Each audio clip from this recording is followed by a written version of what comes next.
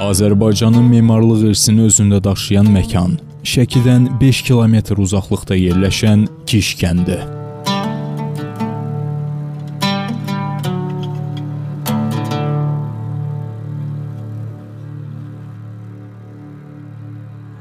Qədim dövr Azərbaycan inşaat və şəhərsalma üslubunu özündə birləşdirən kəndin yaranma tarixi dəqiq məlum olmasa da, Kiş qədim toponim və abidələrlə zəngindir.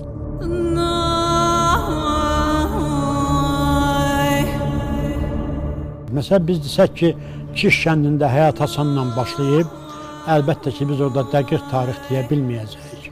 Özü adama belə görünməyinə baxma, bu kəndin tarixi o qədər dərindədir ki, o getdiksən, gedirsən. Kəndin bütün məhəllələrində 15-16-cı əsrlərdə tikilən daş evlər var. Bu da yaşayış məskəninin Kiş çayı sahilində yerləşməsi ilə birbaşa bağlıdır. Kənd tarix boyu tez-tez daşqınlar, sel fəlakətləri nəticəsində dağıntılara məruz qalıb. Məhz buna görə də orta əsrlərdən başlayaraq Kişdəki evlər yüksək dayanıqlılıq prinsipləri əsasında qala tipli möhkəm konstruksiyalarla inşa olunub. Kiş çayının daşmasından Şəkidə çox miqdarda evlər suyun altında qalmışdı. Deməli, məsələn, bu evlərin təhlükəsizliyini qorumaq üçün onların bünövrəsinin möhkəmliyi, eyni zamanda divarlarının möhkəmliyi əsas idi. Müasir vəziyyətdə İnsan rahatlığı elə bil ki, insanın müdafiəsini bir növ üstəliyib. Yəni, insan daha çox, məsələn, rahat yaşayış, arzusu ilə evləri tikir ki, ev daha mənzərəli olsun, gözəl olsun, nə bilim, havası olsun, işıqlı olsun.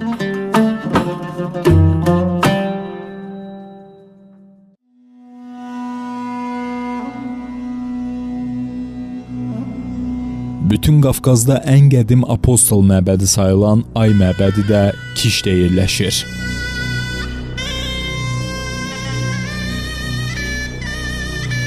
Hətta görsən, Strabonun coğrafiyasında deyirlər ki, bəs Ay ilahəsinin baş məbədi, o orada Selena adı ilə verir.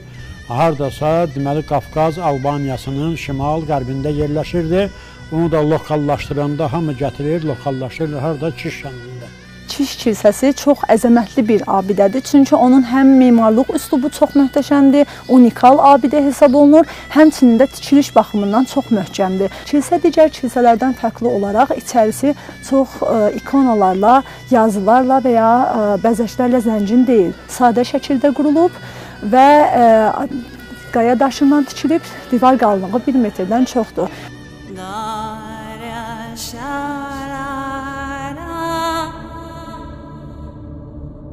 Bura ta qədimdən insanların əsas ziyarətgahı olub və ölkənin ən qədim dini memarlıq abidələrindən biridir. Məbədin inşasında əsasən qaya daşları, gil və çay suyundan istifadə edilib. Qədim Şərq və Alban ornamentlərinin milli çalarları ilə zəngin olan tikilidə Qafqaz Albaniyası memarlıq üslubu açıq şəkildə özünü biruzə verir. Burada daha bir maraqlı məqam isə məbədin kəndin ən hündür hissəsində inşa olunmasıdır.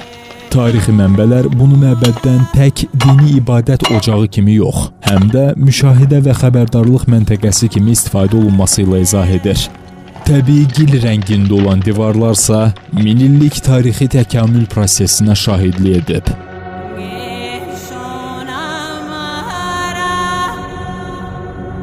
Kiş kəndində 7200 nəfər insan yaşayır, böyük əraziyə malikdir, 15 məhəlləsi var və kəndin hər bir məhəlləsinin özünə xas adları var. Bu, kilsənin yerləşdiyi ərazi Maflar məhəlləsi olaraq tanınır və Maflar məhəlləsi qədim buranın adı ilə, yəni buranın yaşayış stili ilə bağlıdır. Məsələn, Maflar Maq sözündən götürülüb, yəni dindarların, kahinlərin yaşadığı yer anlamını verir. Bu da bir növ onun hal-hazırki mövqeyi ilə üst-üstə düşür. 1981-ci ildə Elmlər Akademiyasından Aliyə Qərəhmədovanın rəhbərliyi ilə burada aparılan tədqiqat işi zamanı müəyyən olunub ki, kilsənin bünövrəsi düz formada yox, gəminin su üzərində duruşu şəklindədir. Hardasa bu bünövrə də onu bir növü içəridə olan sütunlardır, lamba hissələrdir ki, onu qoruyub, saxlayıb. Bu Kiş məbədinin bünövrəsi kasaların altı kimidir. Bunun səbəbi nədir? Bunun bir səbəbi odur ki, birincisi, bu Misirdə olan piramidaların hamısının altı o qaydadadır. elə bir suya oturturulan gəmi şəklində. O biri tərəfdən də bunun əhəmiyyəti odur ki, o zəlzələ zad olanda dalğanı ötürür. Yəni zəlzələlər bu cür binaları xarab eləyə bilmir.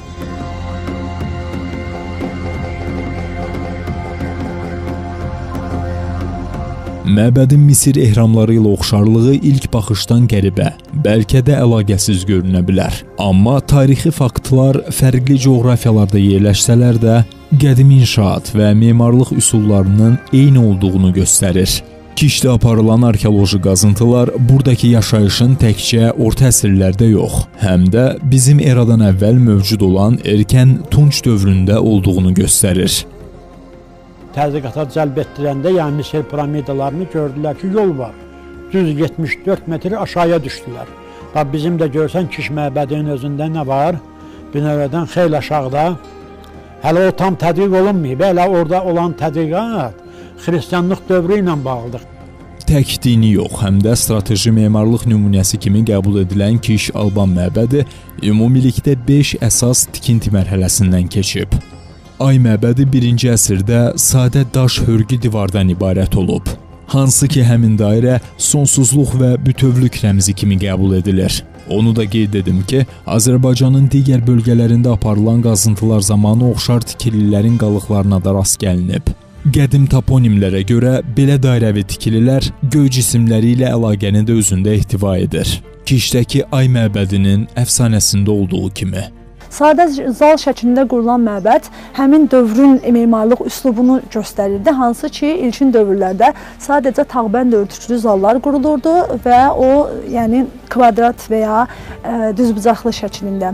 Və 4-cü əsrdə xristian dini Albaniyada rəsmən qəbul olunandan sonra kilsə altar hissəsi ilə tamamlanıb, hansı ki, biz onu məhrab kimi də bilirik. Hətta memarlıqda belə deyilir ki, bu kilsə ilk zal üzərinə günbəz qurulan tikili kimi, yəni tikili hesab olunur.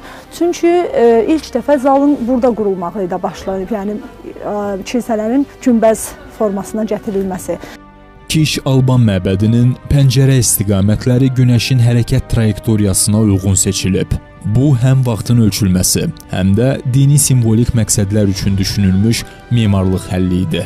Zaman anlayışı ilə yanaşı bu cür memarlıq üslubu təbii işıqlandırmanı və istilik balansını təmin edirdi. Pəncərələr dar şəkildə, içəriyə doğru isə geniş şəkildə açılır. Çünki həmin pəncərələrlə günəşin düşmə bucağı da hesablanırdı. Qədimdə insanlar üçün həmin günəşin düşmə bucağına görə kilsələrdə dua vaxtlarını müəyyən etmək daha rahat olurdu. Həmçinin bu stildə olan, yəni bu stildə qurulan zaman içərdən hər bir tərəfdən günəş kilsəni 90 dərəcəyə bucaq altında kəsir.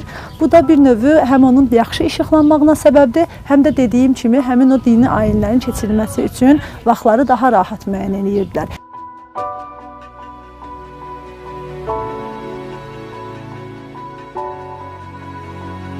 Kiş kəndi zamanın, inancın və elmi düşüncənin daş yaddaşa çevrildiyi ən qədim yaşayış məskənidir. Buradakı tikililər əsrlərin sınaqlarından çıxaraq Azərbaycan memarlığı irsini təbiət və kainat sintezi ilə müasir şəhər salma modelinə daşıyıb.